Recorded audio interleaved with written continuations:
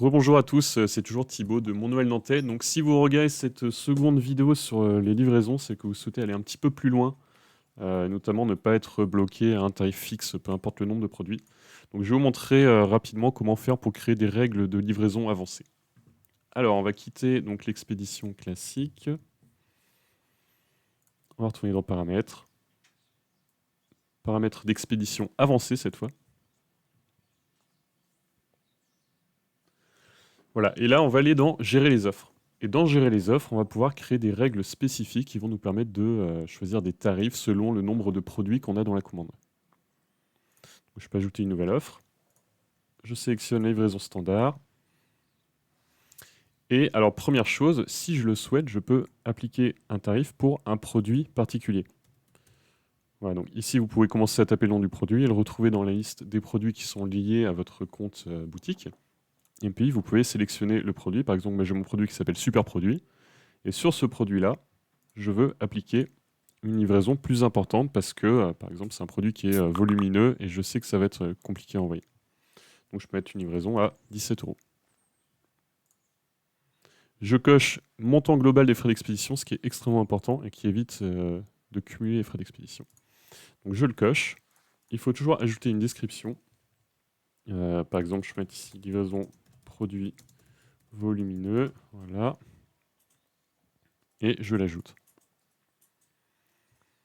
Voilà, donc là, j'ai créé une livraison particulière pour un produit spécifique.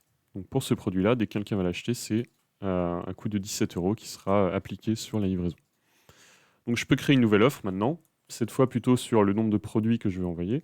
Et donc je vais modifier ici les conditions de l'offre. Et on va se baser sur la quantité de produits.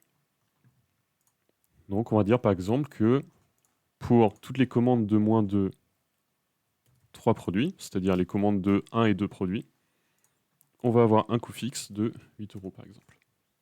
Voilà, je coche montant global d'expédition toujours.